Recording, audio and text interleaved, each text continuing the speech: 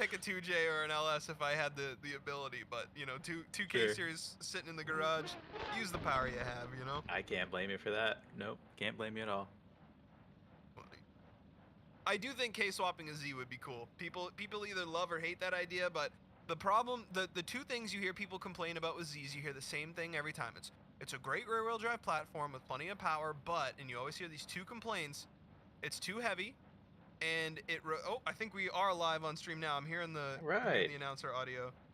That's awesome. Welcome guys to ESDA round 4. We are here. We got our new commentator Raceless here. Hello. Hanging out with Glad us to for be today. And we are joining you guys a little late on the stream. Apologize for that. But oh man, do we have a good one cooking for you guys today. We have plenty of amazing drivers who have made a name for themselves in ESDA, either throughout the years or this season. Qualifying today, we have Cathcart, Ostraka, Gerlus, Thunna, Kawane, Shoma Takaya, Paulius Sinkunis, Tyler Duck, Ito Tsushima, Braden Swan, Ye Zheng, and Liam Akihiko, all in our first group here for qualifying. Our drivers who have already gone: Killian Gerlus with an 81, Kawane Ebanks, Thunawat with an 86, Shoma Takaya with an 89, Paulius Sinkunis with a 79, and Tyler Duck with an 84. So some of our strongest drivers putting down scores that they might like to have another shot at here, if possible. But that's pretty much everything that's gone down so far. Huge shout out to our sponsors. Make sure you check out all of our sponsors in the links in the description down below. Raceless just hopped into the server with us. What's up, Raceless? How are you today, man? I'm good. I'm still trying to figure out the server things. I think I spawned into a traffic light and I hit drive. Is that the move? That's the move, yep. And then you should be able to switch between the drivers with Carcel to spectate, or you can keep an eye. We do have JR on the live replays as Thunna goes off for his second run here. And he is flying this thing. I may have ran you guys I'm so sorry. A little bit of a late start today. We are locked in though. We are here in ESDA. Round 4 is underway. We will be naming a champion today. And we do have quite a few drivers in the running here. But like I said, it's Thunna into the wall here in that S15. Big. And that is devastating. Yeah, Thunna's going to hang on to that 81 after the DNF there. Yeah, I mean, and that's the play. Like we talked about, these drivers really haven't had a lot of time. You get your first run in the bag, you know, get it done. Second run, come out, hit it harder. And sometimes when you're turning up that dial, you just turn it up too far. And I think he just went just too far with that. And you know what's funny is Thunna being our sixth driver today, maybe even 7th. The scores that I read were all correct, and every single driver so far today, their first run has been their high score. Yeah. So I don't know what it is about Charlotte getting in these guys' head, but it seems like in that second run, they're looking to push it a little harder, and they push it too far. That's right. Remind me of that app to switch to drivers? It's called Stereo Car Select.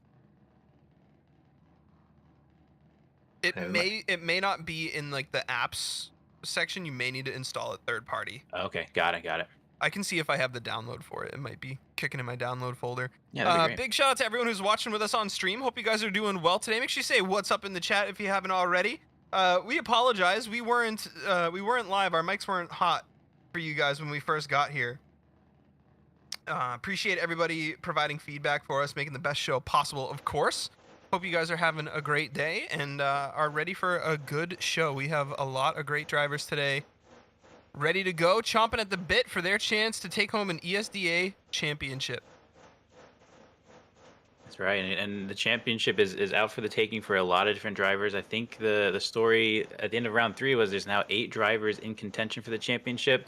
Some of them need a couple miracles to happen, and some of them just need to seal the deal. And so it really is kind of a big 8-way race per se. And I think if anything, if the phrase anything could happen is ever true, it's true today. We've seen drivers, watching Killian Gerlus, our first qualifier today, end his qualifying with an 81 is quite the surprise. A few other drivers here that would like to have their runs back. You know, you'd think Tyler Duck would really like to feel the same. Tyler Duck running an 84.6 on his first run, and then running into the wall and finishing with a 75 on his second. So we're seeing absolute Titan drivers here with lower scores than we'd expect, and we're seeing guys, you know, obviously our top 16, they have some time to practice over on our EU servers right now, and so does our second group of qualifiers. So these battles really could go anyone's way. The champion's up for grabs today, and you know, it's gonna be a tight one. But we are gonna name a champion today. Raceless, I just sent you the zip folder for Stereo Carousel. Hopefully that's helpful. I should be able to just plop that into Content Manager and install it that way. Perfect. I did just that. And here we go as Ito Tsushima in his RX-7 initiates really well here into outer clip 1, inner 1 to outer clip 2 as he gets into outer zone 1. And you guys are going to see there are a lot of outer zones here on the last 2/3 of our Charlotte Motor Speedway line. You're going to see a lot of left foot braking today. A few things that we're looking for in the drivers meeting. The judges were very clear about obviously looking for that rear wheel on outside clips to or zones that don't have walls to be as close to the rumble strip as possible without being in the rumble strip.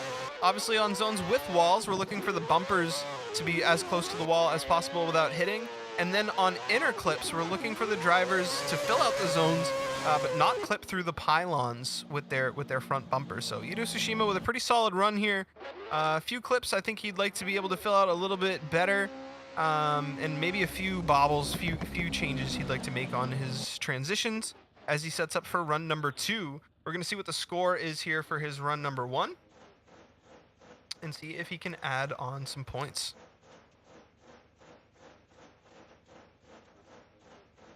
Pretty good score, not bad. He's all staged up. He's ready to go. He's got his notes for improvement out. And he's ready to apply them. Now, I'm not sure, do these drivers have spotters in the ear telling them, hey, you missed this, you need to do that? What kind of feedback are they getting while they're on track? I don't believe many of them do have spotters. So these guys are really they're using their intuition a lot of the time. They might be in the drivers chat having others spectate them if other drivers, teammates maybe. A lot of these guys are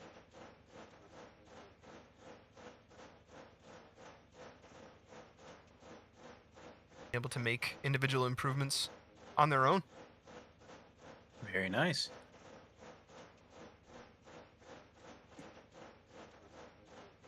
So I gotta ask, do you have any drivers that you are really rooting for, that you're really watching, excited to see, hope they qualify? I really hope Tyler Duck gets in, man. I think he would really like to have some more points off of his qualifier. I'm hoping he makes that top 32. He's been solid all season, just a little unlucky at times.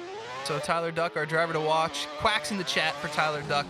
Hopefully that score of 84.6 is enough for him. As Tsushima here with a really solid initiation, looking to make up some points on his first run. He did get an 88.3, so that should be enough to get him into the top 32.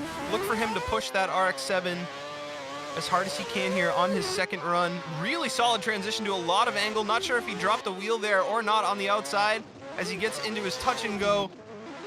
Back out to the wall here. A little bit of a bobble as he initiates into that section. Fills it out nicely though. A little bit of a bumpy track here. You're going to see it right here. A little bump there as he fills out that inner zone quite well and keeps it stable through his last outer zone. Yeah, I'm noticing a pattern where I don't know if drivers are getting a little too much with the wall, or if there's a little bump in the track, but outer zone 2 in that outer zone, everyone's either changing gears or shimmy. There's a little shimmy there, and I think that can be really disruptive because it's right when you need to set it and forget it into the zone.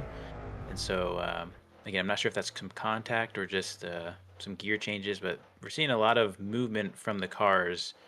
And that's going to play a big role, especially when we get into a lead chase scenario where you got to be on each other's door, and you got to be, there's a lot of assumption going on of being on the gas, on the throttle, surging, things like that. So it'll be interesting to see.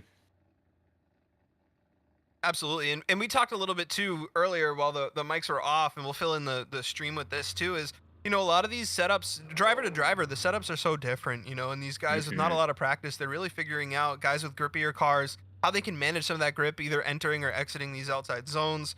Obviously, it's setting up the car, you hit the nail on the head, setting up the car in a lot of these sections is so important for how the rest of that zone plays out, especially these longer outside zones. We've seen drivers today with a lot of grip on the nose that's been managed. You know, you got to get that wheel turned more towards the inside to manage that, or mitigate that with your left foot brake. Obviously, a huge judging criteria today is that you're allowed to left foot brake in a lot of these outer zones, but you're not supposed to decelerate, right? So, you know, a lot of these drivers trying to kind of manage that and figure out exactly how they want to approach these corners with not a lot of practice to start. So, and obviously too, you hit the nail on the head with it's different in qualifying than it is in a battle situation. As we have one of our AOM members here, not sure if this is Swan. Yep, Braden Swan. And he is off. He is solid. He's smooth. Really nice transitions here off this Mustang. In a really smooth outside zone here, as well as you're seeing that left foot brake go to work. He does decel a little bit there on corner exit. We're going to see if the judges pick that up or not. As he gets into his touch and go here in the Manji section, starting to see some tire tracks piled up here from our drivers today.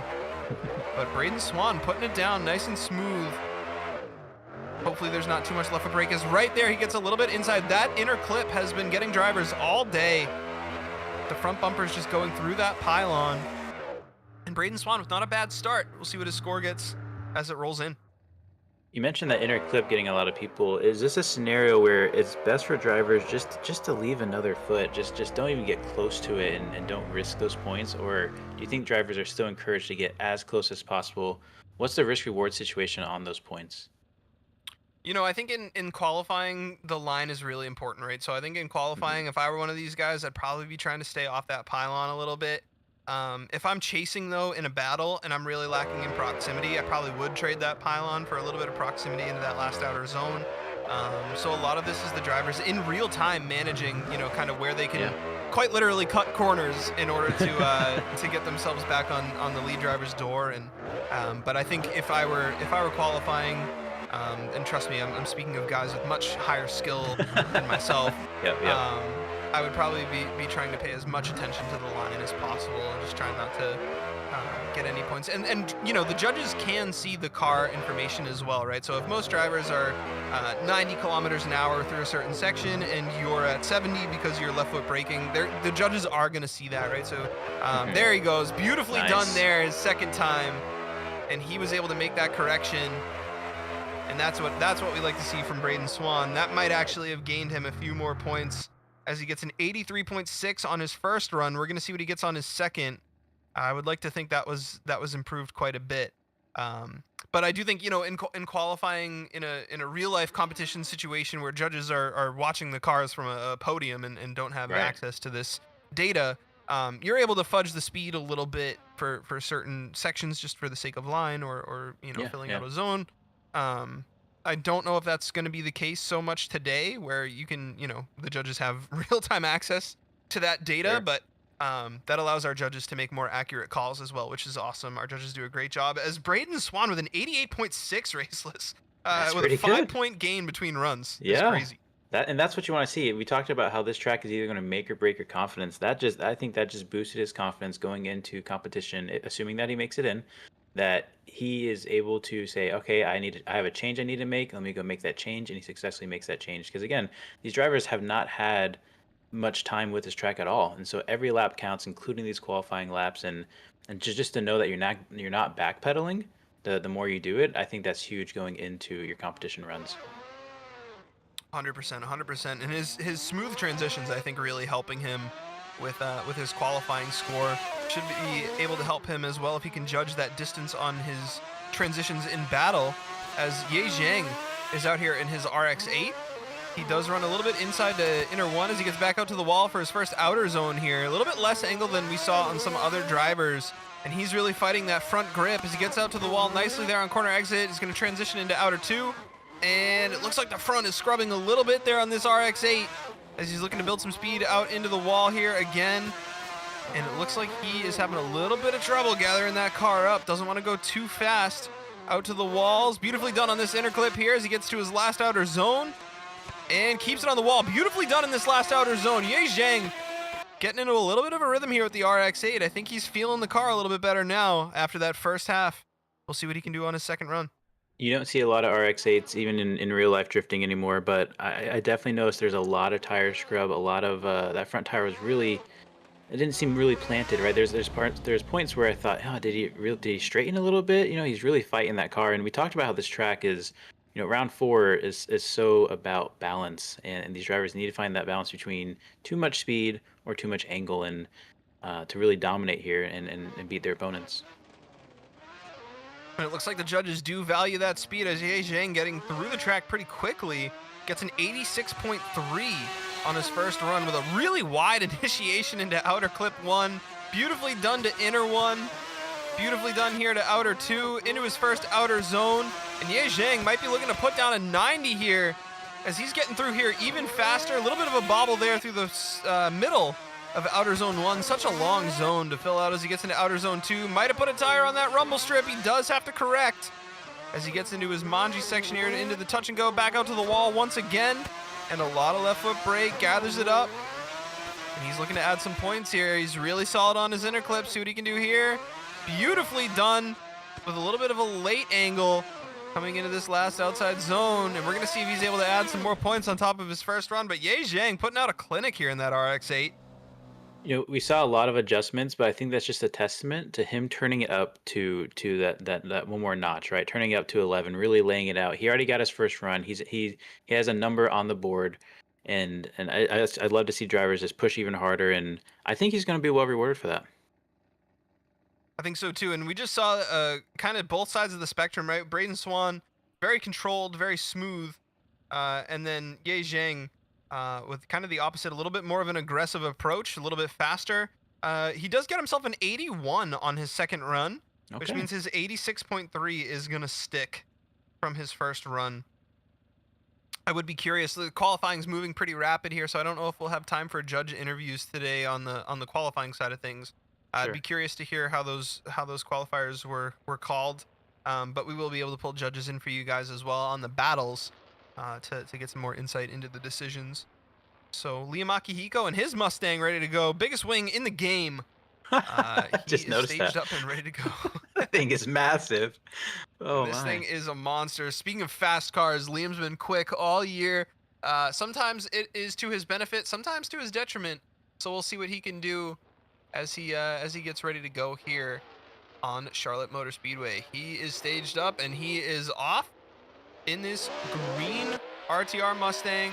Big initiation, a lot of angle through outside 1, Wow. into inner 1, outer 2, fills it out nicely here, building a ton of speed into outer zone 1, see if he can gather it up to the wall. He does, getting settled into those left foot braking areas. Pretty well done here, nice and smooth. As he gets into his transition section here into outer zone 2, trying to keep a wheel off that rumble. Oh man, as he gets out nice and deep. The transition here, really wide, a lot of angle here. Some corrections on some of his outer zones, but a lot of angle, a lot of speed. Liam Akihiko looking to make a name for himself today as he puts it back out to the wall again, and that's utilizing some of that front tire scrub to really set himself up nicely on corner entry. And we'll see what he can get for a score there. I like that run a lot. Maybe like to see a little bit more forward bite, a little bit more grip coming out, building some speed in certain sections, but Liam Akihiko, not a bad start. See what he can get for some points here. I gotta say, I think that was one of my favorite runs, but I don't know if it's just because it was a good run or if I'm just a sucker for the RTR Mustangs. I am a Mustang fanboy, at least in the world of drifting. You know, shout out to Denofa that really won me over with that, and I just love seeing these cars on battle. I think it was Braden's RTR Mustang missing the roof. That was new. I've never seen that twist, but this is a little bit more traditional. Missing the roof. Pretty cool to see. And Liam with an 87.3 on his first run. Monster score here. Should be enough to get him a spot in today's top 32. We will see how the rest of the field plays out. Keep in mind, guys, our second grouping here has had a little bit more time to practice as Liam with a ton of angle on entry again. Does run a little bit inside here to his first inner clip. He's looking to push this thing here. I'm sure he's pretty happy with that 87.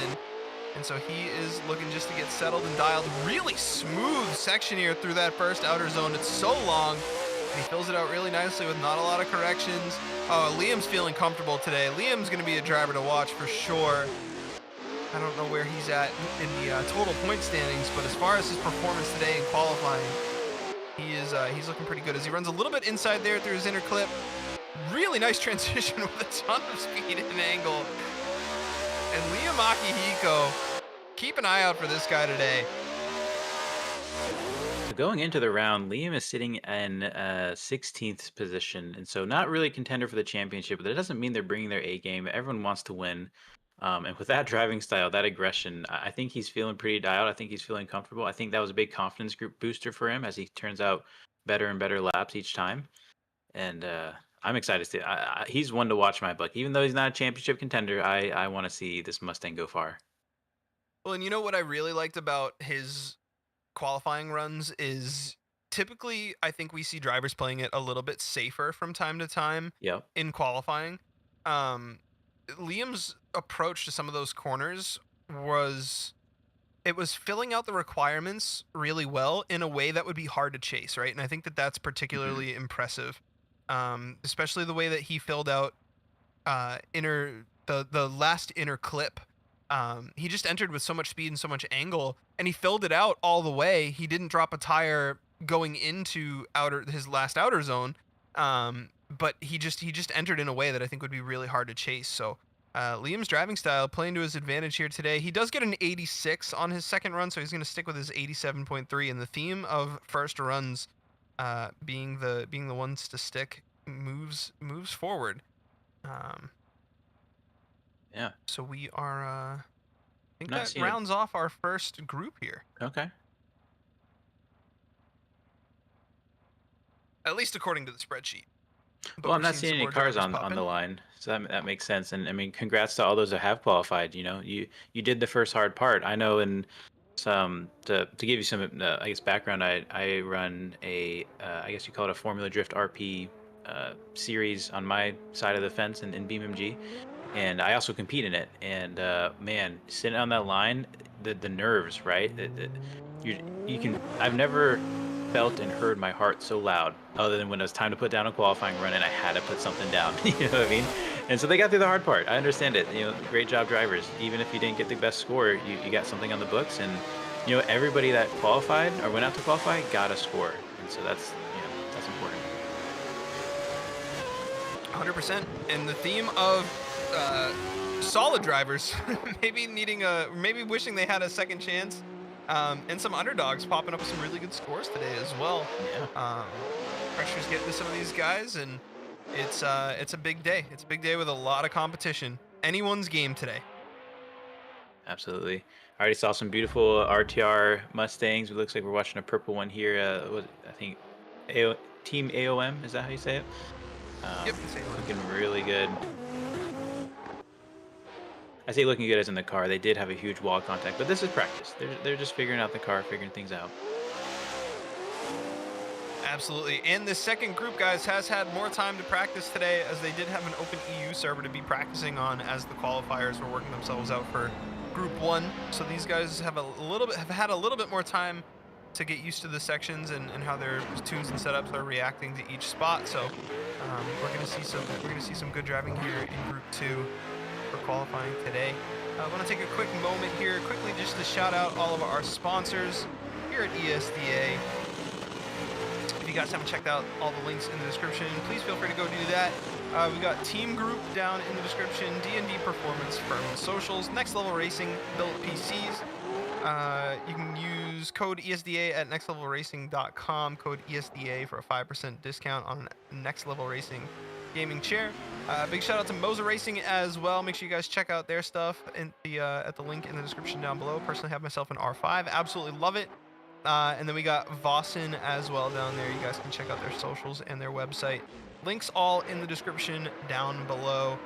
Big shout out to Fanatic for all of his hard work, as well as Spawns FPV, JR putting on a great stream for us as always, and Di for putting all this together. So if I'm missing any, and our fantastic judges as well, keeping an eye on all the driving for today. Hope you guys are all doing well in the chat. If you're hanging out with us today, we appreciate it a ton. It's gonna be a good day. We're gonna get our second group in here for qualifying. There may even be a third group. It looks like today, and we are gonna set up our top 32.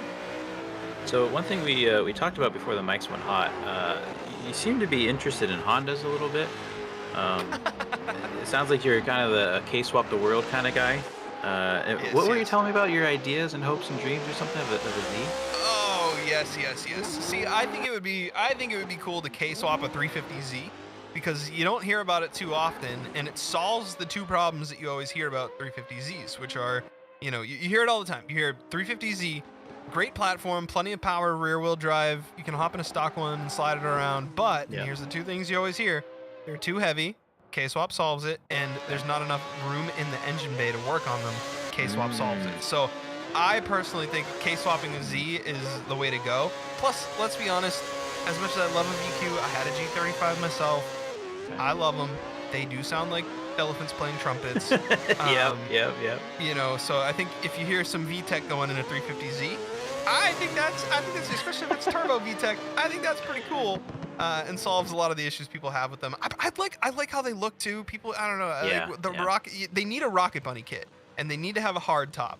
Those are my two requirements for them. But yeah, I really like the idea of K-swapping a 350Z. You guys can disagree with me all you want in the chat. While we're waiting for these drivers to get ready. I think it'd be cool. But yeah, I got two K20s in my garage right now that could very well find a home either in a FRS or BRZ or an S chassis or a 350Z. I don't know. I'd really like to do a nice turbo K build. I don't disagree with the idea. I have my daily driver is a 2022 BRZ, and I love the car. And the only downside, which it's not even a downside, it hasn't come up yet because I haven't tried to do spark plugs, but the Boxer engine laying as it is, it would be nice just have an inline 4. You have one head, right? You don't have this weird contraption of a motor, and it's just to simplify things. But I will say I still love my BRZ, and the Boxer engine does it well. I don't necessarily drift with it, but I don't know. I think I did own a Z before. That was actually my first dream car, believe it or not. I loved it. I thought it was the coolest thing. And then I owned one, and I was like, wow, I can't see anything behind me. This feels weird. I feel like I'm in a turtle. And I met my hero and realized it wasn't the hero I thought I wanted. So interesting. But you gotta respect the platform. They drift well. They're the go-to. So to get going at least. Yeah. I think if I were to buy a Z, it would be specifically for just building a car that I could get seat time in. It would be like a rep kit, throw it at walls type. It wouldn't be the I think if I had an S14, S15, something like that, I'd probably want to build it right. But I think a 350Z, you kind of just window weld on some panels and. Looks like we're starting our next qualifying round, though. We are. Sebastian Torud is off here in his S14 with a little bit of a conservative initiation here. He goes a little bit wide through inner one. He's really fast, though, in this S14. I'm having a hard time hearing it. My game volume's a little low. I believe this one's rotary swap, if I remember correctly. Could be wrong. Nope, maybe V8, now that I'm hearing it. But he is transitioning now into outer 2. Looks like it looks like it has a lot of body weight to use here for some nice smooth transitions. It's looking really fast. And he hits that bump. It looks like there's a bump in the track there. Charlotte, right here too, we've seen a lot of bumps kind of unsettle the cars. So suspension setup is going to be very important today. And Sebastian Torud finishes out his run pretty strong here. See what he gets for some points. A little fireball at the end too. That was nice. A little touch, little chef's kiss. I like that. Who was that? Was that Pitbull? Fireball. Listen, I grew up on that music. I have no idea what you're talking about, though. Yeah. Sounds like you're casting some kind of spell. Call me old. some kind of spell cast. Fireball, or whatever. Yeah, it's Harry Potter. There you go.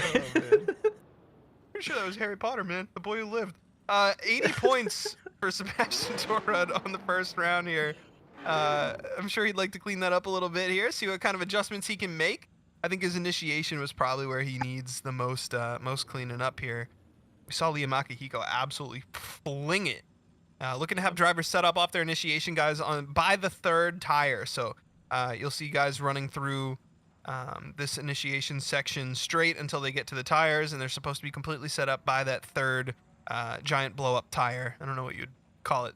I guess I'll just call it a giant blow-up tire. Yeah, some sort of inflatable. So- I gotcha. Wacky inflatable arm tire. So if drivers are a little bit conservative in setting up late or not fully at angle by the end of that section, that's going to cost them some points here. Just something to keep in mind as drivers are laying down their qualifying lines. But Sebastian Torud is off again here. And right there, you can see he's still putting angle on there in his initiation, so that's probably going to hurt him just a little bit. Really well done, though, through inner 1 into outer clip 2 into outer zone 1. Really solid transition there. Little bobble. I don't know if that was a bump on the wall or a bump on the track. Probably a bump on the track. We've seen a few cars unsettled there today as well. Super solid transition. Not a lot of correction as he uses those left foot brakes to keep his car stable. He's going to manji here through his outer clip and get back out to the wall. A little shallow on entry there through his outer zone as he gets to his inner clip. And see what happens here. Really well done. Looks like drivers are starting to figure out that last inner clip. But Sebastian Torud with a super solid second run. He should be able to add some points to his first there with that one. Ooh, bigger fireball. That's great. Fireball. Sebastian Fireball. That's your new name. It doesn't flow. We'll work on it. We'll workshop it. Fireball Torud. Hopefully he does put on some points with an 85 on his second run. Is gonna stick. 85 for Sebastian Torud. So at this point, have we gone through 16 qualifying runs yet? I believe we have. We're at 29 on the spreadsheet with 3 people that didn't qualify, so that's 26 minus the 16. I think we've done. There's no way we've done 20 drivers. What is my math? 1, 2, 3. I felt a little big. 4, 5. Sebastian is our 10th driver. Okay. I'm really interested to see where that cutoff's going to be, right? Like, what's that cutoff number as we get into the later battles or later qualifying? Well, and it's crazy is we've seen drivers kind of pick up the scores. The last 4 runs, the last 5 runs have been north of 85. So we had an 85 from Torud, an 87 from Akihiko, an 86.3 from Yezhang, an 88.6 from Ito Tsushima, and an 88.3. Oh, I'm sorry. Tsushima was the 88.3. 88.6 was Braden Swan. We got a beautiful E36. BMW time? Oh, BMW time. Fortunately, over-angled at the beginning. I thought it was a really snappy initiation, but missed the first outside clip there. Rylan Billington, a 14-year-old prodigy out here. I missed the first little bit of his run. We'll see what he can do on the second half. Big shout out to the drivers moving qualifying along very, very quickly for us today. Yep. The judges as well. A lot of angle here through his manji section as he gets back out to the wall. Really well done. And Rylan Billington really throwing it down here. Oh man, a lot of angle there too. That was similar to Akihiko's approach. Maybe didn't get quite as tight to the pylon as Akihiko did. But not a bad start for Rylan Billington either. See what he can do on his second run. Yeah, so a few things to clean up there. The big one is his initiation and really timing of the first outer clip, outer zone, however you call that. I think if he dials that in, like you said, he had a really good style or high angle throughout the whole track. I think this is, I don't know, I'm rooting for him. I don't know if it's the E36 I'm seeing or what, but I hope he can pull this together. And Rylan Billington, another driver who's been super solid all season. Victim of just some bad luck from time to time, but he's looking for a win this year. He is definitely a driver to watch. See what his score is. Rylan Billington with a 75.6 on his first run. Looking to clean it up a little bit here, though. He's got another chance. Nice initiation. Maybe a little bit more angle would have been nice, but he sets it up nicely through outer clip 1. Inner he could have been maybe a little deeper on, but he's looking to put one down here. He's got the makings of a super solid run. Seeing the car settle quite nicely there under left foot brakes with a lot of angle through the second half of outer zone 1. Transitions, can he hold it into outer 2? He can. See if he can build some speed here to his touch and go. He does. Oh, with a lot of angle through that outside Big clip. flick. And Rylan Billington throwing this car around. He wants some points, and he's looking for them as he goes way too deep. He may have entirely missed that inner clip. And Rylan Billington with an otherwise super solid run. That's going to hurt him a little bit there, though, on that inner clip. You know, I think inside he has to be stoked. You saw that little victory donut there. And yes, he did have a pretty big mistake there, missing that final inner clip. But his ability to salvage it together and not let that really disrupt him and just get right back in it and finish the next outer zone is, I think that's telling of the driver itself, or themselves. And so hopefully I think hopefully he gets a good score, a high score. But I'm thinking a mid 80. I think I'm starting to figure out what these judges are looking for. I'm thinking maybe a low 80, especially after that last mistake. That's the name of the game for Ryland Billington all season, has been improving day in and day out. Consistency is huge. Saw an 80 roll in here, 81 and a 76. Gets him to a 79. That's Still a big adjusting. spread, big difference. Big spread Yep. in judging. Probably the biggest we've seen all day, with a 76 rolling in for a low and an 81 rolling in for a high. Of 5-point spread on Ryland Billington there. I think one thing is when you see drivers throwing a lot of angle the way Ryland was, the cost of that is speed, right? Because you're at angle and you have to gather that up. And so we saw our RX-8 earlier, maybe with a little less angle, but putting down a super fast run, filling out his zones quite well, scoring in the high 80s, right? And so I don't know if maximum angle is necessarily the name of the game for everybody here today, especially for judging criteria. So Makes total sense. Are we on to our next group? Or no, we're just taking some time to get the next driver to the line. Kogan Cavish is on his way in his Mark IV Supra. Now you have one of these, don't you? What's that? You have one of these, don't you? I have a poster of the 5 in my garage. Oh, the 5. Okay, yeah, that's the 5. That's the one you had. Some of these cars you can only get a poster BMW. of. You like BMWs, right? Yeah. Oh, yeah. Kogan Cavish with a little bit of a conservative start to his... Oh, as he over-rotates a little bit coming off outer clip 1. A little bit awkward for Kogan Cavish setting up his first few clips, but he settled here into the wall as he fills out outer zone 1. Nice and stable. Really solid left foot braking from Kogan Cavish as he gets... Oh, man, as he rides out the middle of outer 2. He's got a lot of grip on this thing. It looks like he's looking to manage it. Oh, as he gets out into the wall. And he is going to look to clean that up for run number 2. Kogan Cavish, one of our drivers to beat today. One of our mainstays here at ESDA, struggling a little bit here to start. You hate to see it, and I know exactly. As a driver, that feels terrible when the run starts to deteriorate like that, right? You start to go, oh, I missed this, oh, I missed that. It starts to add up in your head and becomes a mental game of, okay, just focus on the next zone, but now you got to make adjustments, and eventually they stack up against you, and sometimes they just get the best of you, and you end up going to the wall like that. 100%. And that confidence and that comfortability is so key here for these guys, especially on a line like this where you got to set that car and just sit on the outer. As a little bit of a shallow entry there again for Kogan. He's playing it safe now.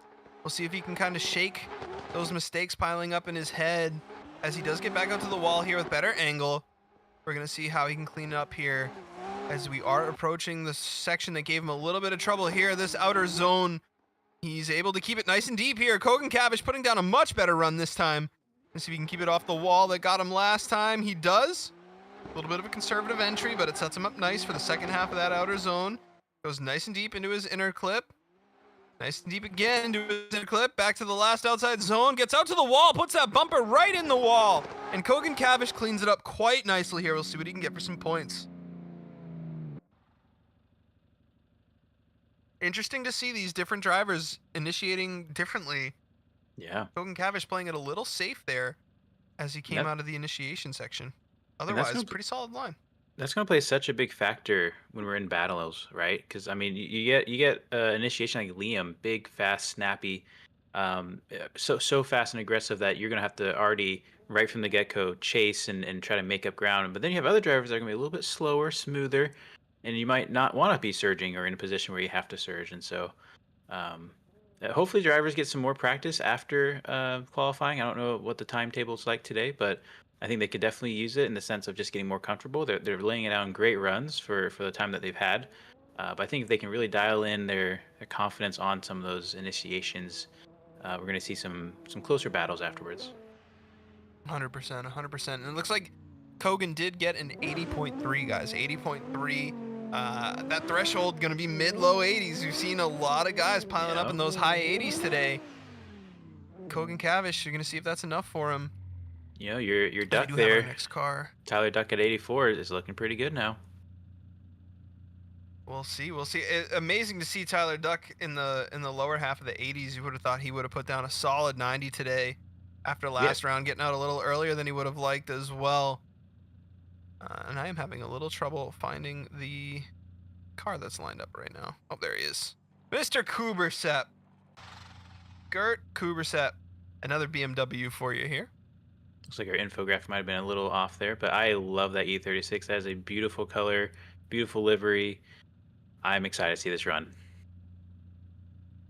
Oh, there we go. Infographic has been corrected. Gert is lined up and ready to go. Looks like we did have to skip Safe Madi and Rick Spencer today. Would have loved to see Rick running another Mustang guy, I believe, Rick Spencer. Or it was Rick the Pontiac. Don't listen to me.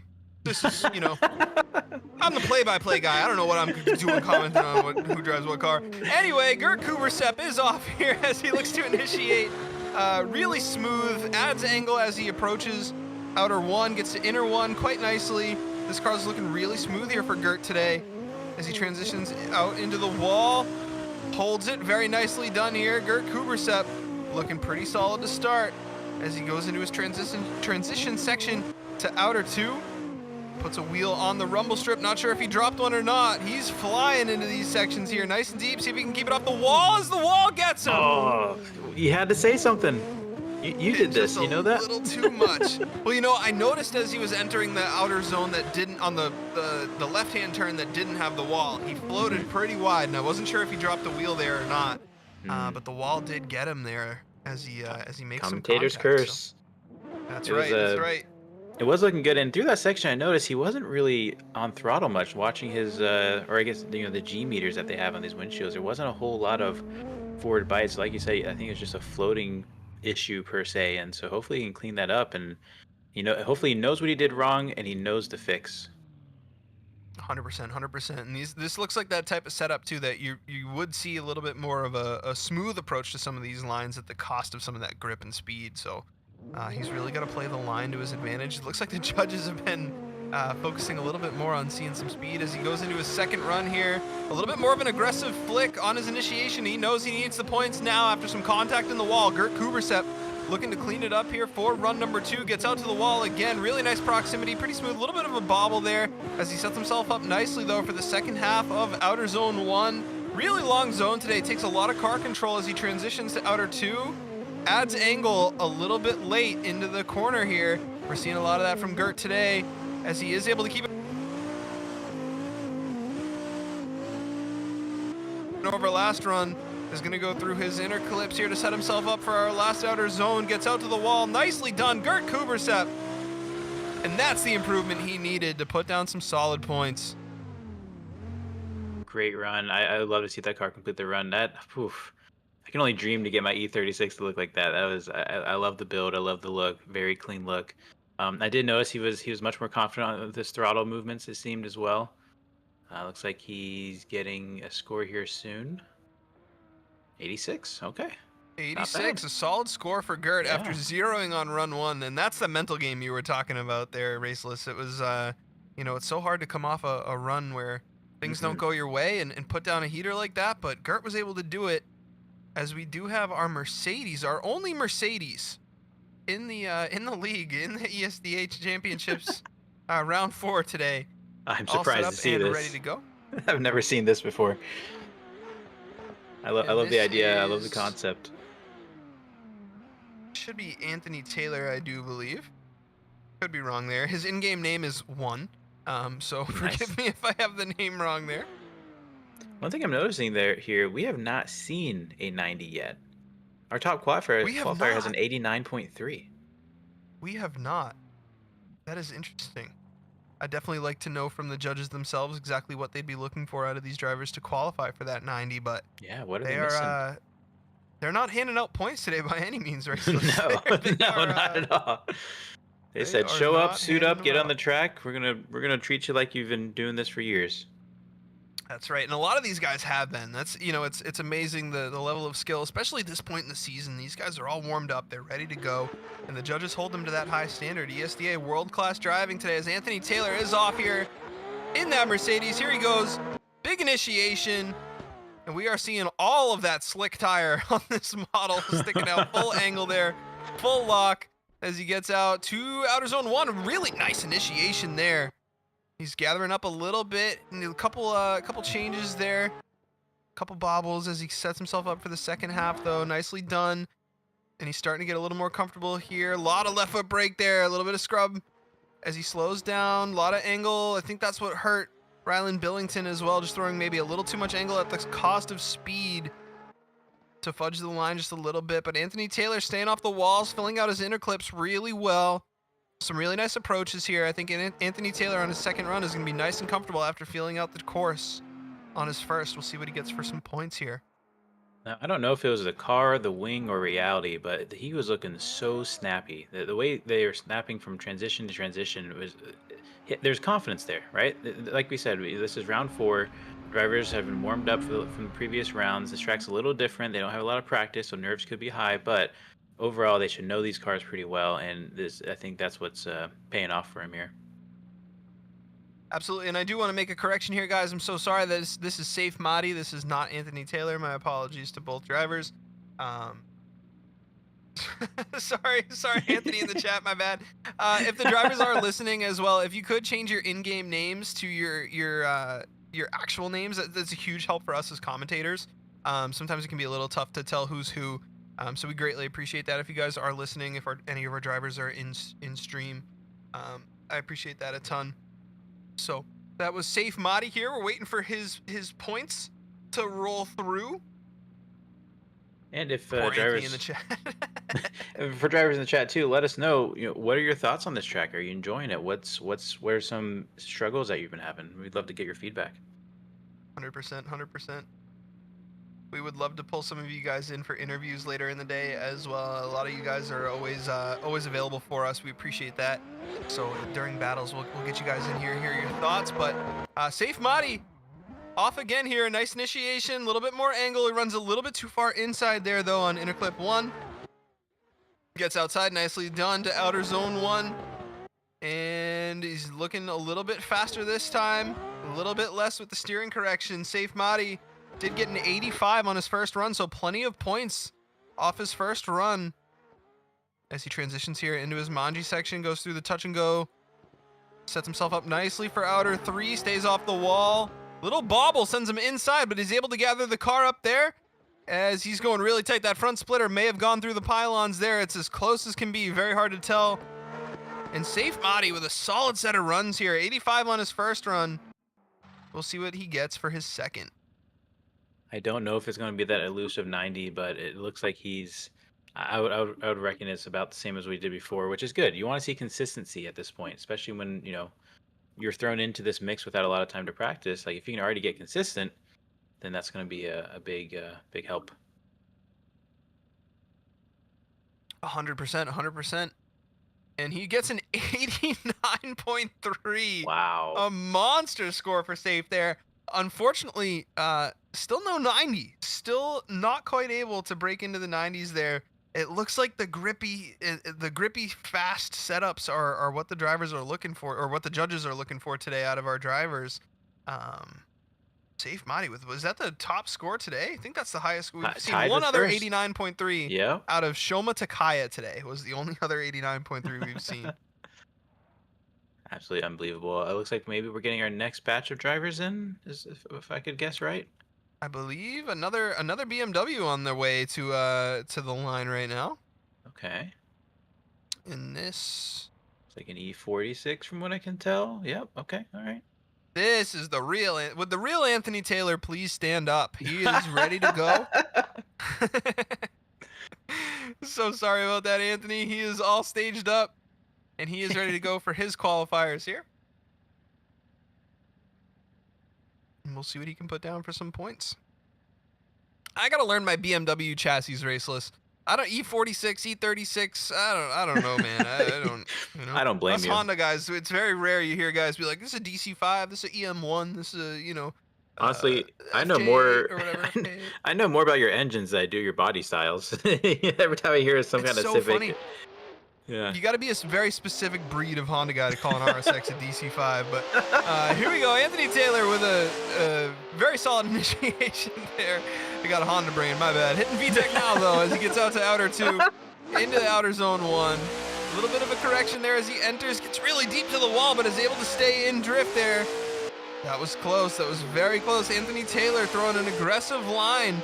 Really solid, smooth transitions as he left foot brakes hard, gets some of that understeer coming out of that front wheel.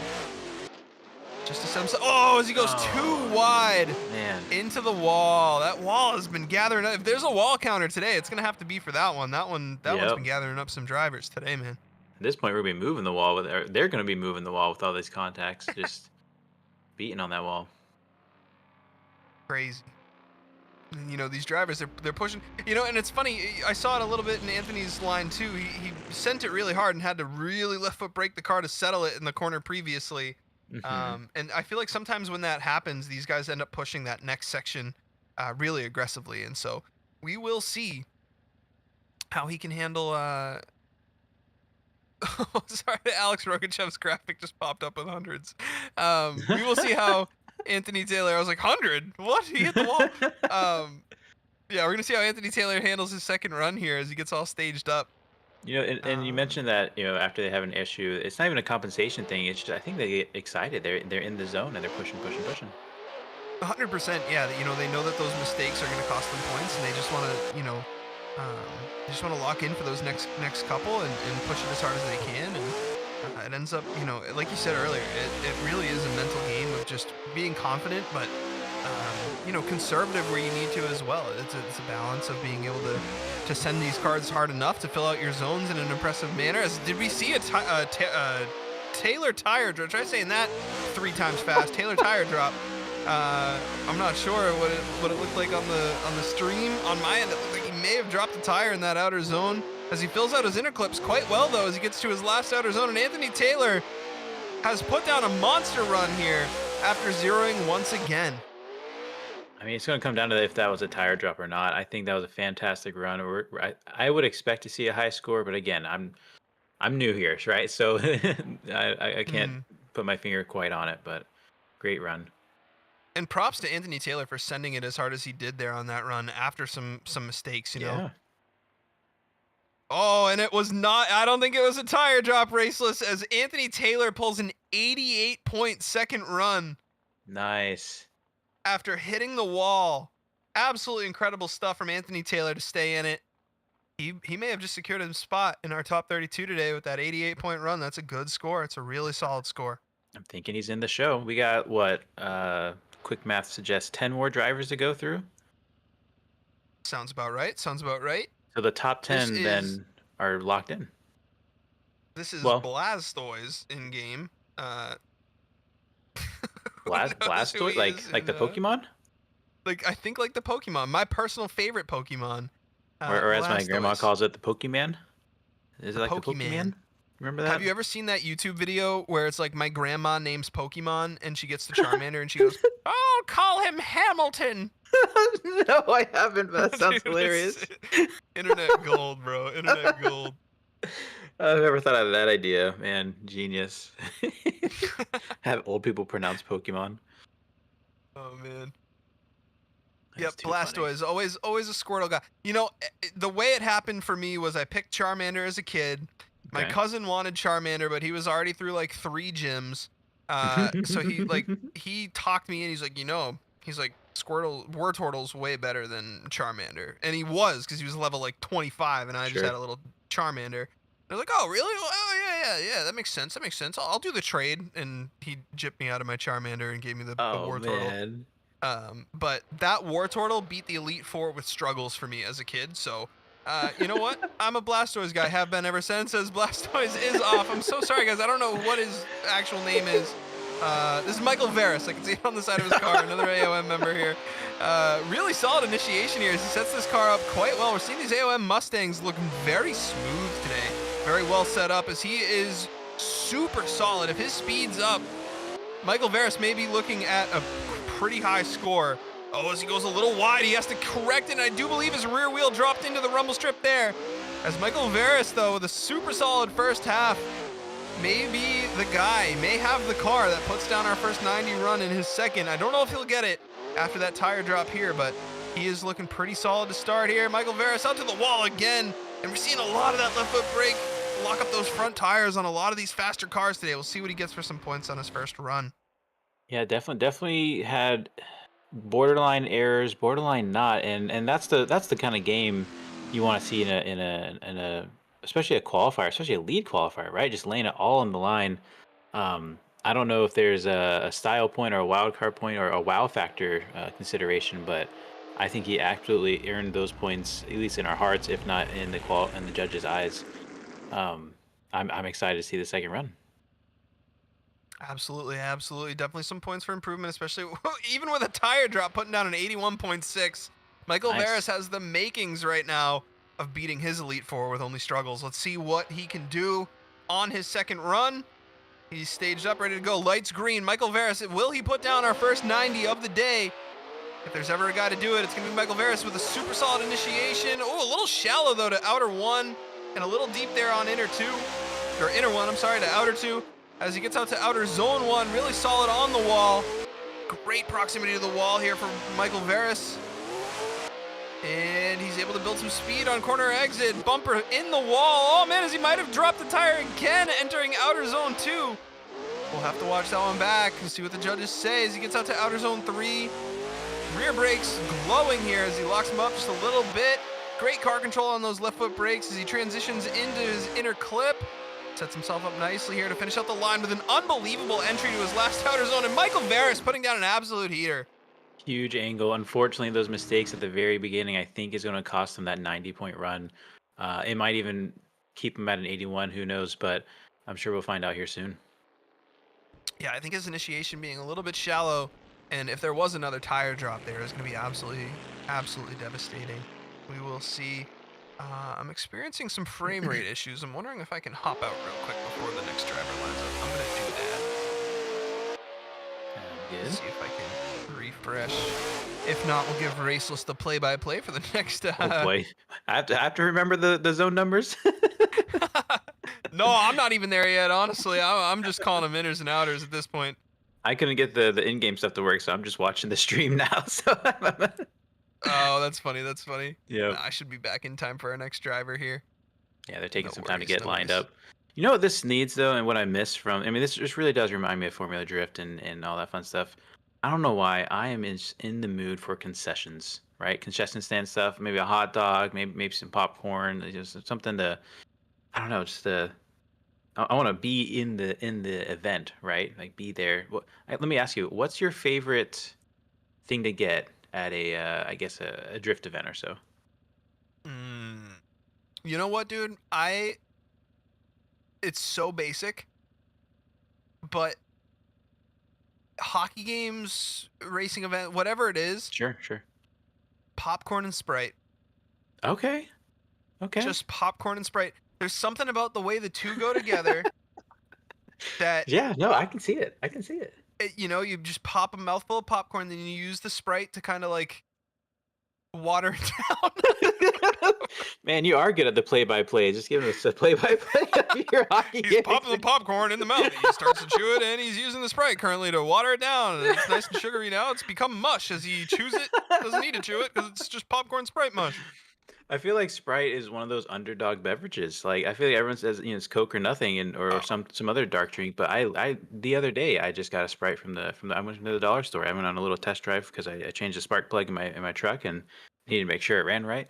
And it was so refreshing. I forgot how refreshing Sprite is. We're not sponsored by Sprite, so don't get that idea. But shout out to Sprite. We could be. Anyone who works for Sprite, you just let us know. No, Yeah, Sprite is the ultimate jack of all trades soda.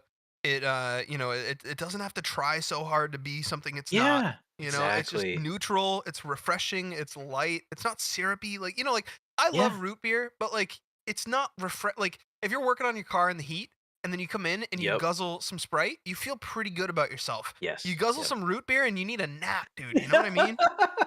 You're so right. That's Sprite is confident in its line. It's lineup. It knows its place, dude. It's not trying to Oh man, it's not trying to act up like all the other sodas. That's so funny. It's it's too Um, funny. yeah, no, big Sprite guy. You know, orange soda's good too. It has that same refreshing kind of vibe to it. A little Fanta, little Yeah, Sunkist yeah. is always But, good. there's an aftertaste there. There's an There aftertaste of, is. like, kinda syrupy. I don't know. As a kid, I was like, "Fanta, Fanta, orange," and then, now as an adult, I'm like, "Wow, it's a mouthful of sugar," you know? Like, I mean, Yeah. they all were, but I don't know. I fell out of love with Fanta, and I don't know how I feel about Have you had it. Starry? Is that the well, to answer your It's the question, new no. Sierra Mist. Oh, no, I have. Yeah, I don't is it really different? I feel like it's not different. I think it's slightly more refreshing and maybe slightly sweeter. But Okay. I think Starry actually might be better than Sprite bottle for bottle. Okay. Like Sprite's very carbonated. Sure. Starry's a little easier on the palate, you know. Yeah, So okay, well, big let me ask Starry you guy. this. Looks like we're Sure. practicing now. I think this is a practice round. They didn't stop at the line. Beautiful E36, non-wide body, which honestly, love to see. It reminds me of my E36. We're getting closer and closer. Not my style of paint job, but very beautiful E36. But let me ask you this. Have you had the drink called Squirt before? Skort? Yep, that's the name, Squirt. Like No. Squirtle, but not the L, E. Like it's just called Squirt, just big bold letters. I have not. It's really good. It's What really is it? funny too, but it's like it's like a Sprite. It's just like a Sprite. It's like a lemon thing. I don't know I don't know which parent company it really comes from, Um, but yeah, you should give it a shot next time you try it, or next time you see it, if you ever see Squirt. Squirt, huh? Yeah, it's a real simple logo. You can't miss it. Yellow, I think a yellow label. No kidding. Yeah, I'll always try a soda I haven't tried. and I don't it's know not one of about those cheap ones. It's been around. It's established.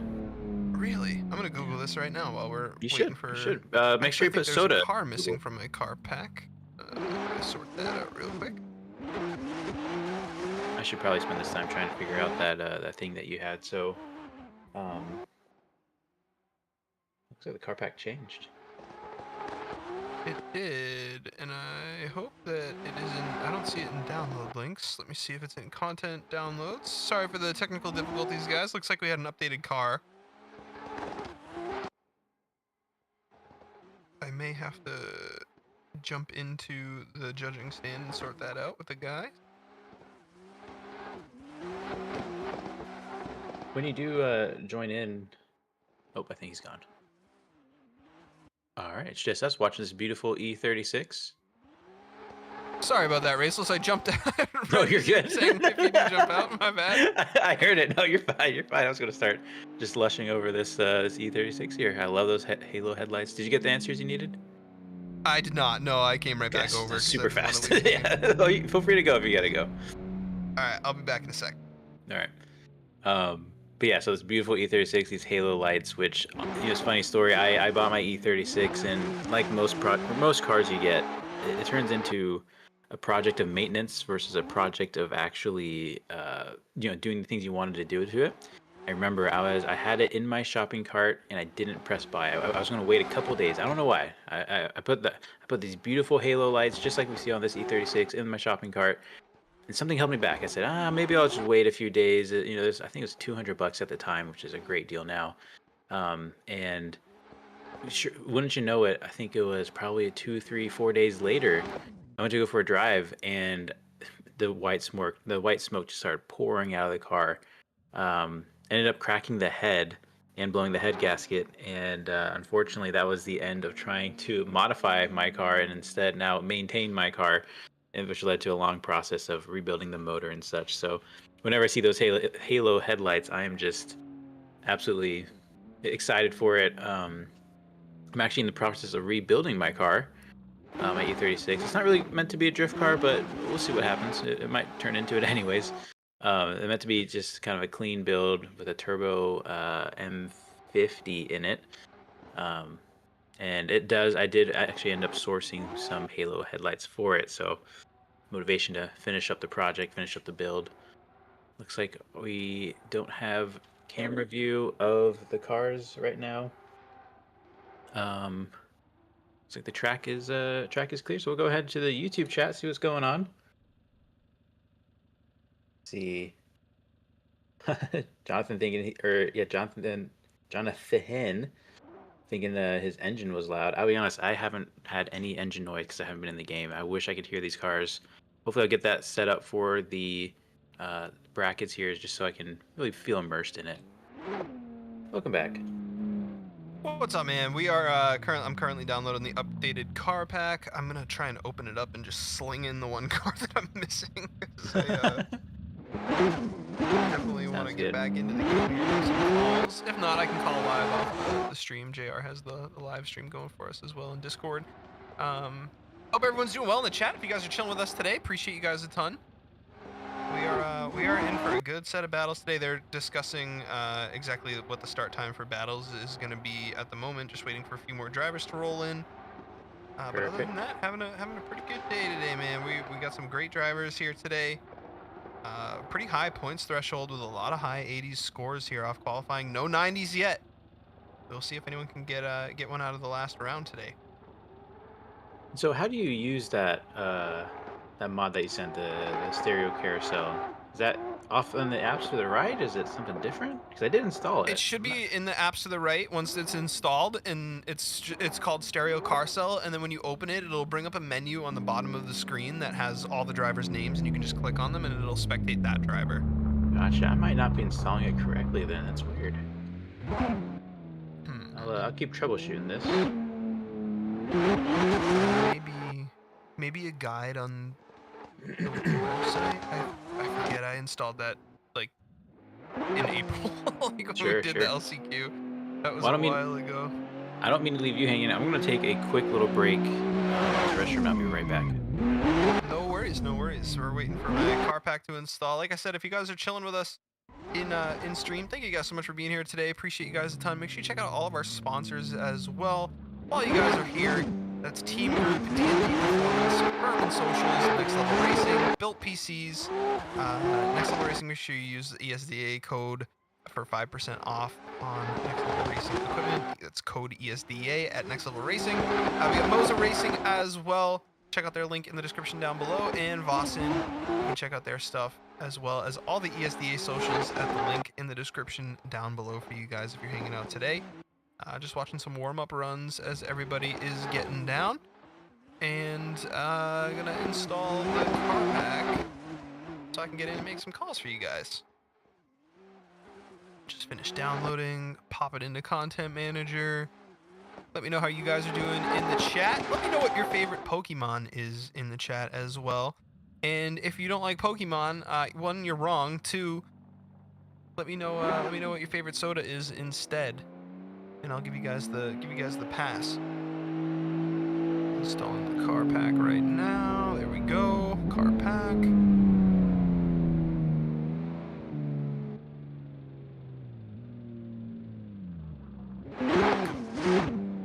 So, our final group for qualifying, I do believe, is rolling into the server, getting all warmed up and ready to roll. Which means our battles, I heard the time 3:30 floated out there. That's Eastern time for battles. Not sure if we'll make that exactly. Scorpidorp says Charizard. Charizard's a good pick. My fellow Gen 1 folks, man. That's the Pokemon I grew up on. First generation, the original 150. Played a lot of Gold and Silver as a kid. The second generation, and then I phased out by the end of the third generation. So you know my boys Blaziken, Swampert, and all them. By the time Diamond and Pearl came out, though, I was too cool for school at that point. I did not play much Pokemon after that. You know what's funny though is I got to later high school, early college, Pokemon like came back, and so all my friends would play Pokemon, and it was pretty cool to have it back as like an older kid and be more into the strategies and all of that. You know, not just picking my nose and using Struggle in the Elite Four with my Blastoise was pretty cool. So I had a little resurgence, and I learned more about. You know what's funny is I spent some time in a metal band playing shows, and every member of our band was into Pokemon. So, you know, we'd finish up a set playing metal and yelling at kids, and then we would, on the ride home, be battling with Pokemon. So, fun times. Fun times. Shout out to those guys, man. Do miss my boys. One's on the Game Boy Advance. Exactly. Yeah. As soon as the DS came into play, I was kind of out of the Pokemon game, but the Game Boy Advance games I absolutely loved.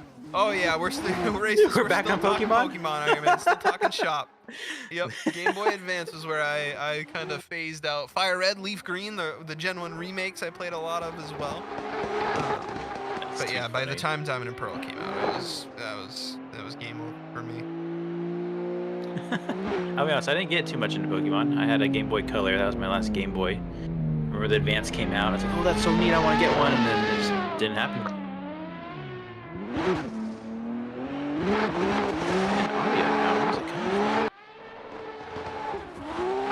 Oh, I'm in the game. Okay, cool. I just installed the whole new car pack, and I'm still having trouble with that one car.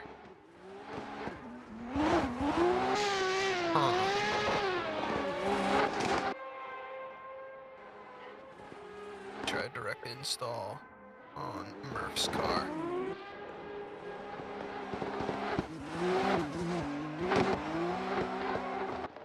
So it looks like we're trying to get our last batch of drivers in for their qualifying. Is that correct, or did we end up wrapping it up? There is one more group for qualifying. They are getting everything sorted now. I'm gonna hop out again. I'm having trouble with this one car.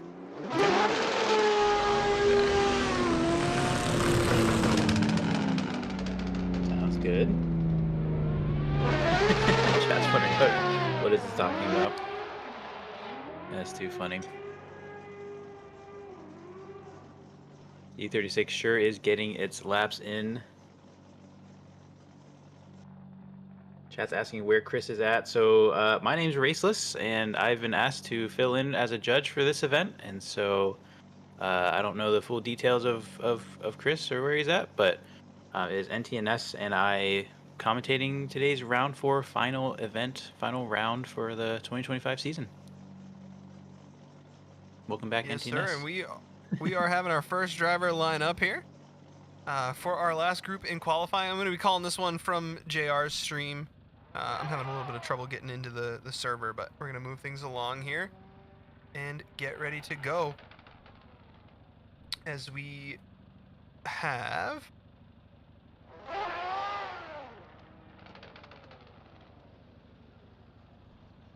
We have a beautiful S15. It is a beautiful S15. I don't believe this is Jaden Cathcart, but he is ready to go. This is Ismo Kinnunen. And, oh, I see. They took the, I see what they did. All right, Kinnunen is ready to go. He's all staged up. And we are going to round off our last group here of qualifiers. Kinnunen gets ready to initiate here. And a lot of angle as he initiates into outer 1, goes into inner 1. Nicely done, fills it out solidly, doesn't go too far. Well done through outer 2 as well. Gets out to the wall here for outer zone 1. Fills it out nicely. Not a lot of corrections, really smooth on those brakes. Has the car gathered up quite well. Goes through outer 2, may have dropped the tire there, very borderline. We'll see as he manjis through. Sets his car up nicely here through outer 3. Off the wall. Really nicely done to this intersection. We'll see what he can do here. And he's a little bit wide as he goes through his inner clip. As he gets back out to the wall. One more time to finish out the line. Ismo Kinnunen starting off our last group of qualifiers with an absolute heater. I think it was a great run. Now, I couldn't tell from the telemetry or not, but it maybe was a little slower paced, a little slower than what we've seen before, and we've been noticing judges are really liking the higher speed runs. But I could be completely wrong on that call there. 100%. I am watching from the stream cameras at this point, instead of the typical ones that I watch from, so I'm having a little hard time gauging the speed at the moment, but line I really liked. We'll see if he can pick up the pace a little bit here now that he's put one down with a solid line. He does pull 83.6, so that's going to be sitting right on the threshold. I think Kinnunen's going to want to pull a little bit more points out of his second run here than the 83. We'll see what he can do. He did get an 85 from one of our judges. He knows he has it in him with a super solid initiation through outer 1. Fills out inner 1 quite well. He gets to outer clip 2. Set himself up for outer one. Stays right on the wall. He's got a lot of left foot brake going here to settle himself down. Keeps it in the wall the whole way through. Not a lot of corrections. Super smooth. Looks like he's moving a little bit quicker here. And a little bit of a correction there. Not a ton of angle through outer zone 2, but it does set him up for a faster entry into outer 3 through the Moza section. Keeps it off the wall. He's doing everything he can here as he enters his inner clips to add some points to his first run. And gets out to the wall once again. Ismo Kanunin putting down a heater. And we'll see if that gets him into the top half of the 80s.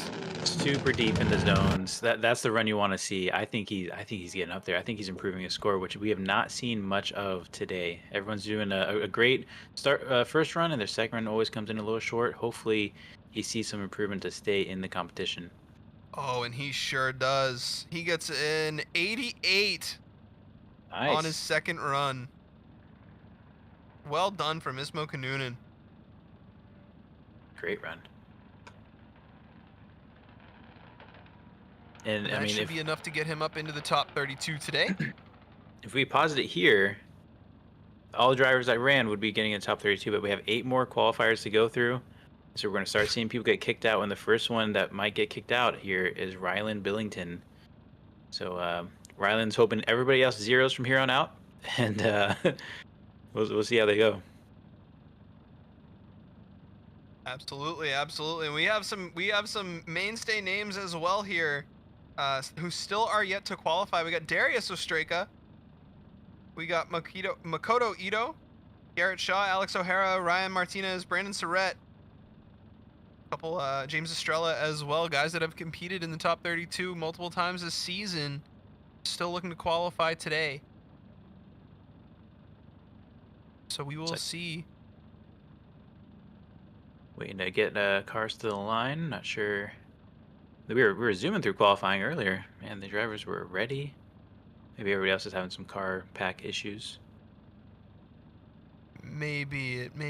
I'm actually going to manually reinstall all my ESDA cars while we're chilling, because I way prefer being in the game to make these calls. It's kind of quiet, isn't it? Yeah, it's disorienting to like watch the stream cameras.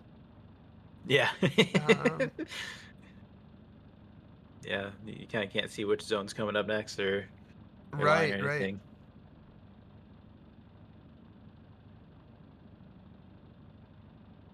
Yeah. See if I can get mine working too. Sorry for the slow section here, guys. Hope everyone's doing well. Like I said, if you guys haven't checked out our sponsors, the link's in the description down below. Make sure you do that. Let me know what your favorite Pokemon is in the chat, too, see if we had any more Pokemon-related chats. You know, this isn't a good look. This isn't a good look. You get a Honda guy and a Subaru guy in an announcing booth, and then they start talking about Pokemon. They're going to start thinking things. You know what I mean? A Honda guy and a Subaru guy walk into a bar. The bartender says, "What's your favorite Pokemon?" And the Honda guy says, "Blastoise." Oh, man. I can't say I have a favorite, to be honest. I really liked a lot of them. I'd say Blastoise was up there, though. I enjoyed it. But what's that one? Was it Onyx? It's like a snake rock thing. Rock snake. Oh yeah, that's Onyx. Yeah, the big one, like like not the small one, like the big one. Yeah, he's one of my favorites. They didn't really do anything good, I don't think, but it's cool. So we got another driver up to the line. I don't have. Is off. Initiation there. I believe this is Makoto Ito. Could be wrong. Either way, solid start here, solid initiation as he gets out to outer zone 1. Nice and in the wall. Not a ton of angle, but he does have a lot of speed going here, putting down a lot of smoke out of those rear tires. He does shallow up a little bit there through outer zone 1. Transitions nicely, though, into outer 2, and you can see this car is moving a lot faster than the previous S15 we had out here. And he is putting down a heater. Oh, as he corrects and misses the second half of outer zone 3. Gets into his inner clips. Sets himself up a little wide there through his last inner clip. Gets into his last outer zone, and he runs shallow again. Struggling mid-corner with all that grip and speed.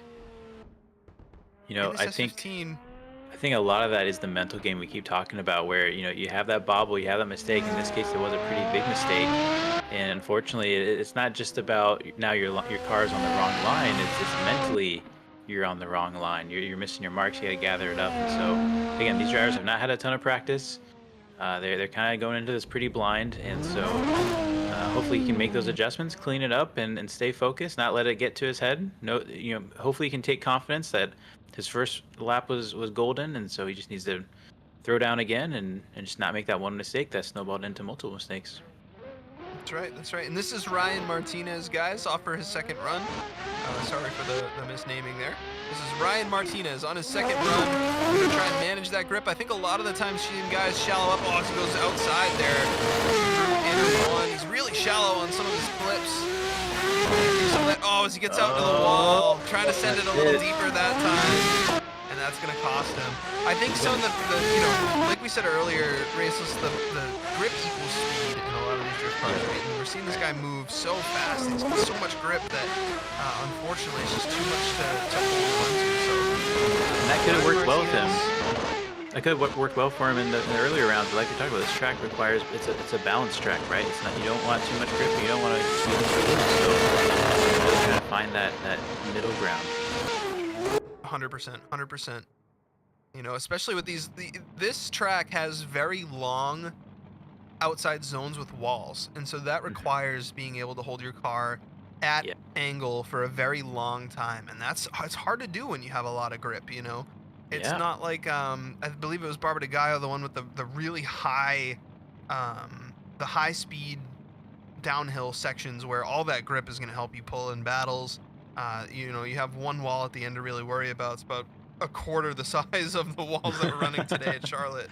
It's a different animal. So absolutely, we're really seeing the difference in skill and the different approaches that you need on different lines when it comes to Charlotte today. Last round we had a lot of tight driving, smaller corners and whatnot. But now we have these big, long, stretchy outside zones that they're gathering drivers up today. Yep. It looks like he is going to be stuck with a score of a 68. So unfortunately, that's not enough to get into the show today. Ryan is wiping some sweat off his brow there, not getting knocked down just quite yet. Hanging on by a thread is Rylan Billington. I guess we also have Paulius there, also tied with 79. I'm not sure how that's going to work. I don't know if they go with like the highest standing or highest qualifier to deal with those ties. I would imagine it's the most points. Okay.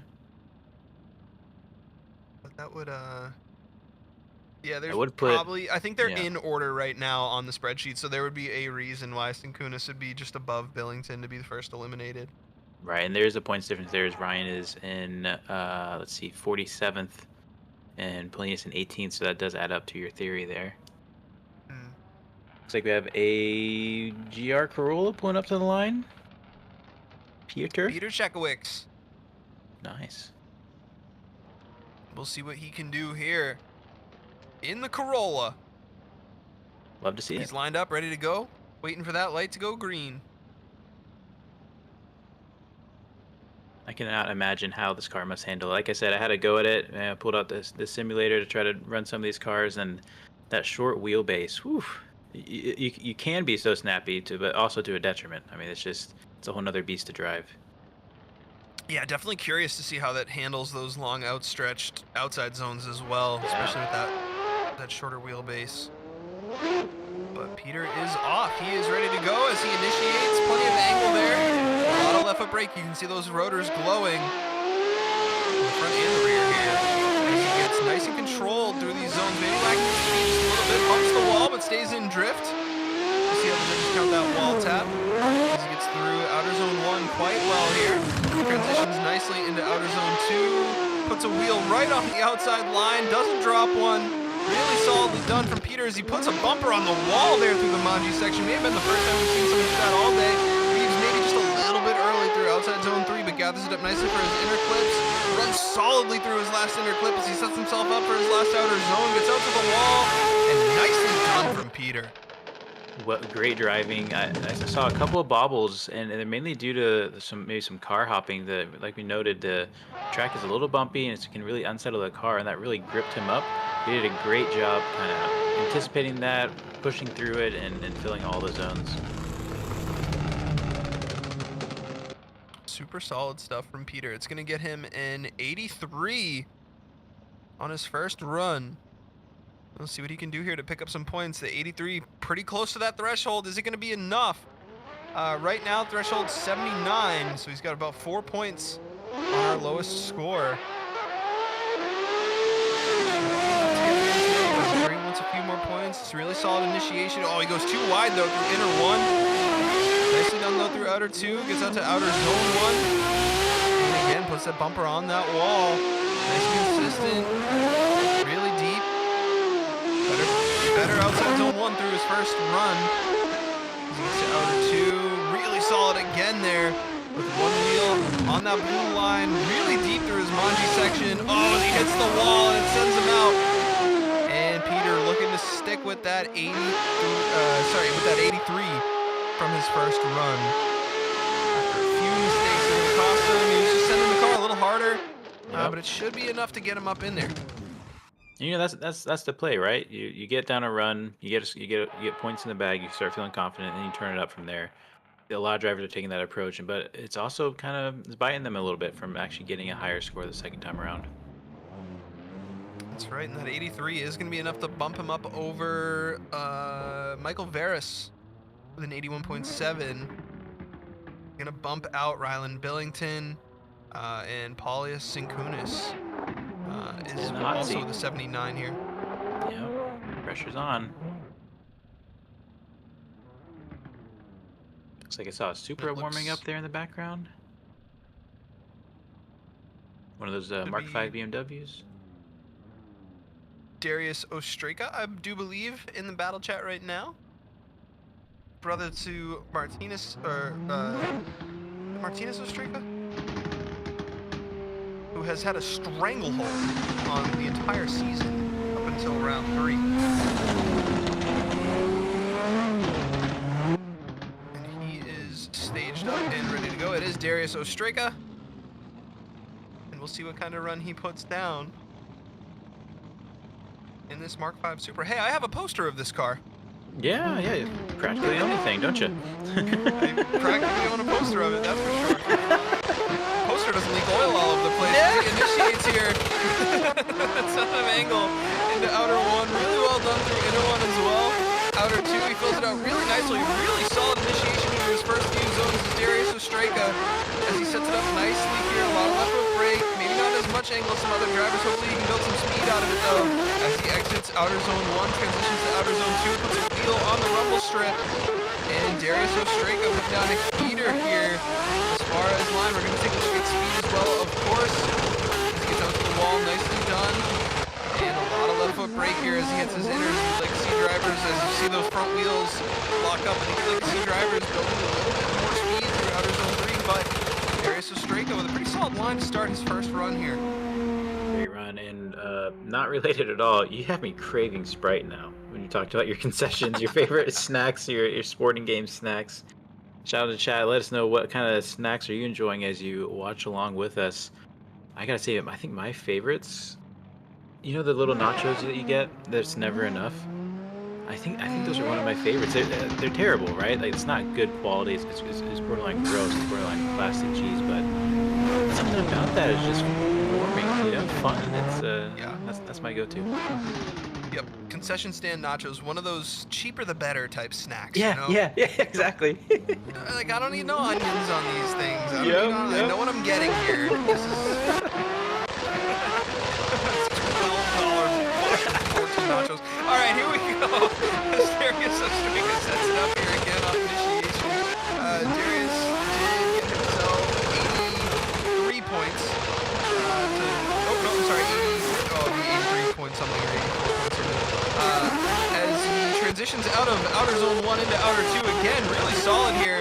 I do believe the judges would be looking for a little bit more speed out of him, and it looks like he has added some speed to his approach coming out of corners. That's what he does here. He's pretty slow coming off this inner clip last time, and he builds a lot more speed. Doesn't lock him up into this last inner clip, and locks him up just a little bit, getting into his outside zone is Darius Ostrika. That may have gotten him a few more points here.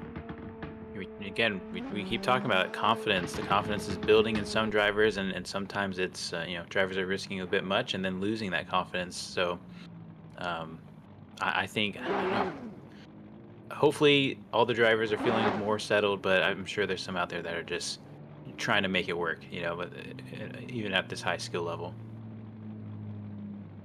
Absolutely, absolutely. And Darius Ostraka, one of the drivers that's been able to adjust on the fly, and it's not going to get him enough points. Run 2 going to be 81 flat. Run 1 with an 83.7. So Darius Ostraka is another driver sticking with his first run score as Alejandro Murphy gets ready to stage up here. We'll see if that 83 is going to be enough. That is going to bounce Paulius Sinkunis out of our top 32 for today. Kogan Cavish with an 80.3 floating on the threshold. Rylan Billington and Paulius Sinkunis, two mainstay drivers here at ESDA. Sad to see them not in the top 32 for round 4. Kogan Cavish, another mainstay, hanging on by a thread. Alejandro Murphy staged up and ready to go. A day of E36s and 46s for you raceless. They're coming out in waves. just to support me in my build of mine that I may or may not get to one of these days.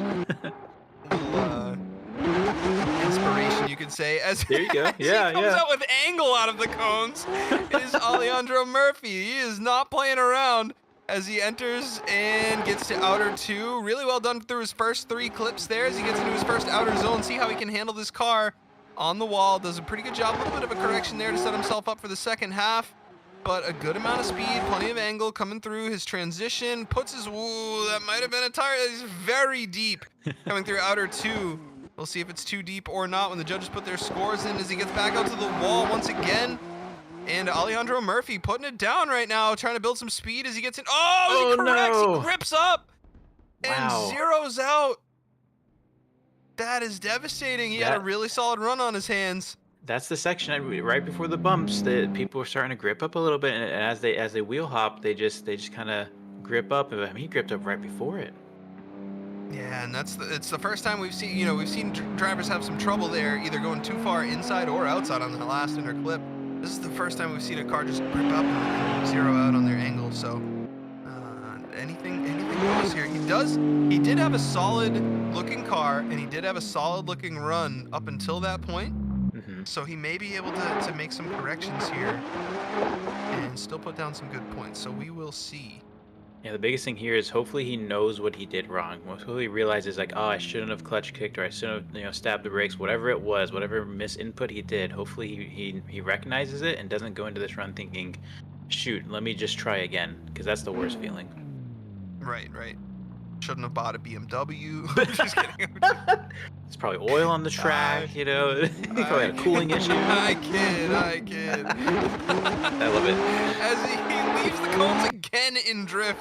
Corrects through his entry a little bit there. Throws plenty of angle, though, to outer 1. Goes too deep, though, on inner 1. Back to outer 2. Nicely done on his outer clips. As he gets into his outer zone. Oh, man, he might have hit the wall just a little bit there. He is throwing everything he can at this run here to get himself some points. Alejandro Murphy with that rear bumper glitching through the wall. And that's how deep he is. He knows his hitboxes quite well. Really well done through outer 2. Puts it on the wall there for his transition as he sets up for outer 3. Oh, no, he hit the wall again there. Straightens him up, sends him deep into that inner clip as he gets through that last inner clip quite well, though. Back out to the wall for his last outer zone. And will it be enough to get him up into the 80s? We will see for Alejandro Murphy. Yeah, the contact was rough there through that outer zone. Yeah, we've seen the judges, like you said, are not handing out points. They're being pretty strict. We haven't seen a single driver hit a 90. This one probably won't be it as well. Hopefully he can get into the show. And we will see here as the judges deliberate. So this one probably a tougher call to make. Some really borderline sections there for Alejandro Murphy. Judges taking their time on this one. They are. They want to get it right. And he is in the 70s. It is going to keep Alejandro Murphy from entering our top 32. Kogan Cavish with his 80.3 hanging on by a thread there. And that is the end of the day for Alejandro Murphy. Hate to see it, but that's the game, isn't it? That's the game they play. It sure is. It sure is. Props to Alejandro, obviously, for pushing it too. He knew he needed a solid run out of his second there, and just sent it a little too hard. Made a few mistakes, and We'll see him next year, I'm sure. All the We do spice, have but Liliana. Wait, go What's ahead. that? I was gonna say all the spice, but it wasn't quite nice. I just came up with that one on the spot. I'll work on it. I like that. I like that a lot. Because he had some spicy launches. You know, you're just going for it. He did. He sure did. He looked confident coming out of the cones for Yeah, sure. yeah. We do have Liliana Lang lined up here, guys. Our only woman driver, I believe, for the day. She is staged up and ready to go. It'd be great to see a woman in the top 32. It would be the first time all year. You know, oddly And enough, there's in our FDRP. Well, I'll tell you after. I have a teammate very similar to this. She is off. Nice conservative motion through the cones with a huge initiation. Oh, runs a little bit too shallow though, and has to correct hard on the brakes to get to the inner clip. And just a little bit of a rough initiation. And she gathers it up though into the outer zone, bumps the wall just a little bit, but is able to stay in drift. Corrects through here, and a good amount of speed as she left foot brakes at the end of the section. A little bit of a correction there into outer zone 2. Build some speed into her Manji section, really close to the wall is Liliana Lang. Oh, she bumps the wall again there into outer 2. Sets herself up nicely though for inner, I believe that's inner 2, into inner 3. To the last outside zone, stays off the wall, beautifully done. And a little shallow for the second half of the corner. But Liliana Lang with some potential here, see what she can clean up on her second run. You know, in this instance, when a driver has that many mistakes, as from a driver perspective, you just gotta take it as, okay, that was a sight lap. I learned some things. I got some data. Let's try to do something a little differently. Try not to get in your head that this is your last shot to get into the show, and just I don't know. You gotta hype yourself up, and it looks like she's doing just that for herself. That's right. That's right. And she knows what she needs to clean up here. Really going to be watching for that initiation. That's the biggest thing. And obviously the outside zones too, just keeping the car off the wall here. I do believe it's in, I could be wrong because I can only see the front of it, and it looks like every other Rocket Bunny kit car with pop-up headlights that ever existed, but I believe it's an RX-7. Yeah, I think it's an RX-7 as well. You're not wrong. She is ready to go. And do we have a score for Liliana yet? I do not believe we do. Yeah, so fun fact, the race champion, the FDRP championship that we run in BMG, my teammate goes by the name of Lily and also drives a purple car. So I was like, oh, maybe this is the same person. I don't think it is, but it's kind of cool. Small world, if not. Small world. Drift world is a small world. Crazy, crazy coincidence. As she initiates, much better this time. A lot of angle into outer 1. And a good inner 1 as well to outer 2. May have hit the pylons with her rear bumper. That is okay in an outer section. She's playing a little more conservative here through outer zone 1. Really trying hard to stay off the wall. Few corrections, but pretty good proximity to the wall there. She fills out her line quite well. Gets into outer 2 here. Throws a lot of late angle as she has to transition now. Oh man, had to gather that thing up to keep it off the wall in transition, but fills it out really nicely here. She gets back out to outer zone 3. A little bit shallow into her inner clips. Oh man, she takes a lot of grip. Over rotates both the wall and goes a little shallow into that last outside zone is Liliana Lang, but a much better run on her second than her first. We're gonna see a score, but I don't know if it's gonna be a high enough score. The score to beat is an 80.3. If she can get in the 80s, she's there, but I don't know. The beginning was looking fine, but the end there, she got a little sloppy. She held onto it great, so kudos to that to just get across the line. But hopefully for her sake, the judges are not too harsh on that. And the score is in. It's going to be a 74 for Liliana Lang. Not quite enough to get her into the top 32. So Kogan Cavish, assuming this is our last driver for qualifying today, holds on by a thread with that 80.3 to round off the top 32. Our qualifiers for today, guys, who were able to qualify into the top 32 are going to be Shoma Takaya, Safe Madi, Braden Swan, Ito Tsushima, Ismo Kanunen, Liam Akihiko, Ye Zhang, Thunawat, Gert Kuberset, Sebastian Torrud, Tyler Duck makes it in with his 84.7, Darius Ostraka, Peter Chekowicz, Michael Veris, Killian Gurlus, and Kogan Cavish are our top 32, well, our last half of the top 32. There are 16 qualifiers, and our drivers are top 16 from last round who made it in without needing to qualify today. Alex Rogachev finishing our previous event in first place. Cameron Mustard, Florian Engel, Ahmed Al-Subaga, Emilio Orellana, Thanatip, Mustafa Amin, Austin Mitchell, Donik Joseph, Vitus Sapaya, Joseph Kempinski, Josh Oxley, Jonathan Simpson, Niels Peterson, Brandon Carter, and Emilis Valeka. So we have an absolutely stacked bracket for you guys. Can't wait to get that all going for you. We're going to take some time, some intermission here, assuming this was our last driver. I do believe it was. We're going to have ourselves a little intermission. We're going to get the brackets all set up, get our drivers all staged up to run in the battle. So we're going to let the stream go down for a little bit. Obviously, thank you guys so much for hanging out with us through qualifying. Don't miss battles. This is the 4th and final round. We will be naming an ESDA champion in addition to a winner of today's event by the end of the battles today. So go ahead, grab some lunch, grab a snack, and come back in a little bit for some battles, guys. We will see you guys when the stream comes back on. Appreciate you guys hanging out with us for qualifying. Raceless, any thoughts after qualifying there? No, the one thought I did have is I'm seeing oh, I lost them. Where are they? Martinez there. Did Martinez, our series leader, not qualify? Did he not show up? What's going on there? I believe he was a no-show today. Martinez, Wow. Ostraka, Jaden Along with Cathcart, Jaden, third Kawain place. Ebanks. There were some monster drivers that didn't show up for their qualifying Holy runs cow. today. So yeah, I'm looking forward to the brackets. These are gonna be some amazing battles. We're gonna see a lot of I think a little bit of carnage. As drivers are still figuring this out, and just so glad I was invited to be a part of this. This is a story that is just can't stop writing itself, and I can't wait to see how it ends.